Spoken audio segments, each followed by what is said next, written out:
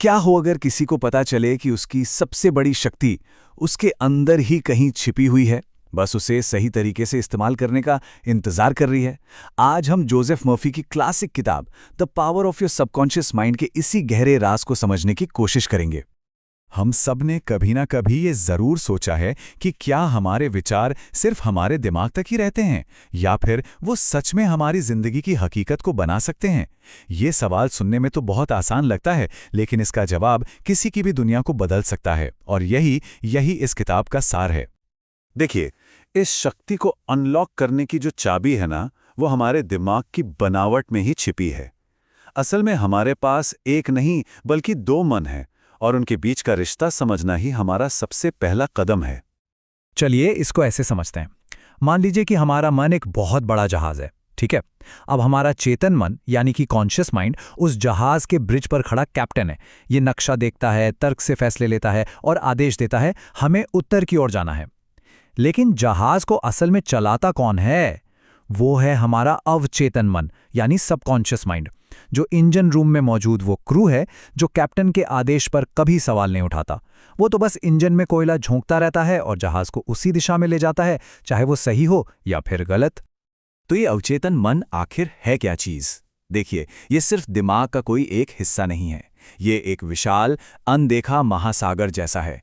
यही हमारी हर धड़कन को, हर सांस को कंट्रोल करता है, हमारे बचपन की हर याद को संभाल कर रखता है, और सबसे बड़ी बात, ये एक वफादार सेवक की तरह काम करता है, जो हर उस विश्वास को सच मान लेता है जो हम उसे देते हैं, बिना किसी सवाल के।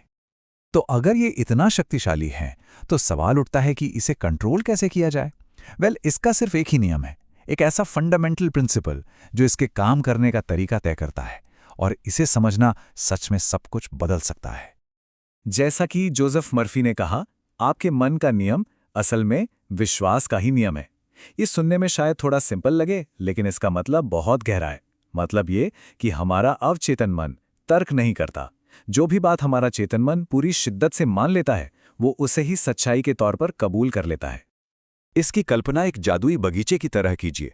हमारा अवचेतन मन उस बगीचे की उपजाऊ जमीन है, और हमारे रोजमर्रा के जो विचार हैं वो बीज हैं जो हम उसमें बो रहे हैं। अब इस जमीन की एक खासियत है, ये भेदभाव नहीं करती।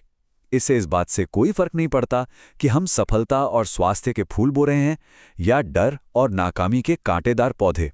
हम इसे जो भी बीज देंगे, ये पूरी ईमानदारी से उसे ही उगाकर हमारी जिंदगी में ले आएगा।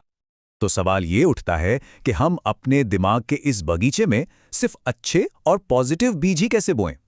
अच्छी बात यह है कि इसके लिए कुछ बेहद असरदार और प्रैक्टिकल तरीके मौजूद हैं जिन्हें कोई भी इस्तेमाल कर सकता है। पहली तकनीक है विजुअलाइजेशन। अब यह सिर्फ सोचने से कहीं ज्यादा है। इसका मतलब है अपने दिमाग में एक फिल्म बनाना, एक ऐसी फिल्म जिसमें आप अपने लक्ष्य को पहले ही हासिल कर चुके हैं। उसे सिर्फ देखना नहीं है, उसे महसूस करना है। उस सफलता की खुशी और उस एहसास को ऐसे जीना है जैसे वो अभी इसी पल हो रहा हो, क्योंकि हमारा अवचेतन मन असलियत और गहरी कल्पना में फर्क नहीं कर पाता। दूसरी पावरफुल तकनीक है ऑटो सजेशन, यानी खुद को सही सुझाव देना। इसके लिए एक छोटा पॉजिटिव वाक्य चुनिए, जैसे मैं आत्मविश्वास से भरा हूं। इसे दोहराने का सबसे अच्छा समय होता है सोने से ठीक पहले का वक्त, जब हमारा चेतन मन शांत होने लगता है और अवचेतन मन के दरवाजे खुल जाते हैं। जब हम इसे पूरी भावना और विश्वास के साथ दोहराते हैं, तो ये सीधे उस उपजाऊ मिट्टी में एक बीज की तरह जाकर बैठ जाता है। तो इन तकनीकों का असली मकसद क्या है? ये सिर्फ अच्छा महसूस करने के लिए नहीं है। ये हमारी जिंदगी के सबसे जरूरी हिस्सों, जैसे हमारी सेहत और हमारी आर्थिक स्थिति को बदलने के लिए बहुत ही शक्तिशाली औजार हैं। सबसे कमाल की बात पता है क्या है? हमारा अवचेतन मन एक जीपीएस की तरह है। उसे इस बात से कोई मतलब नहीं कि आप उसमें कौन सा पता डालते हैं। चाहे किसी को बेहतर स्वास्थ्य चाहिए, ज्यादा आत्मविश्वास चाहिए या आर्थिक सफलता, बस उसे सही निर्देश दीजिए और वो वहां तक पहुंचाने का रास्ता खोजना शुरू कर देगा। और इसका असर जिंदगी के लगभग हर पहलू पर हो सकता है, चाहे वो करियर में सफलता पाना हो, अपने रिश्तों को और बेहतर बनाना हो, या फिर अंदर से एक शांति और आत्मविश्वास महसूस करना हो। ये तरीके किसी को भी अपनी जिंदगी का आर्किटेक्ट बनने की ताकत देते हैं। तो इन सब बातों का निचोड़ क्या है?